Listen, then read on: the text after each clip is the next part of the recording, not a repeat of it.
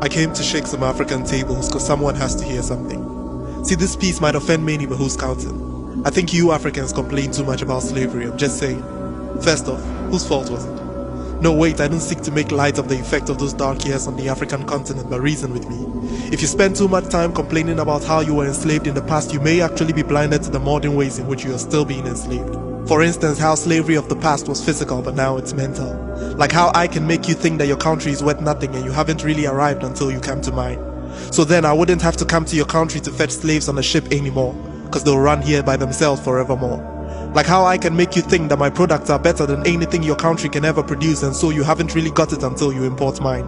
Like how I can make you believe that all your heroes are villains and my heroes will soon come to rescue your land after they are done rescuing mine. Like how Alexander the Great is described as a conqueror for conquering, but Shaka Zulu is labeled a bloodthirsty barbarian for doing the exact same thing.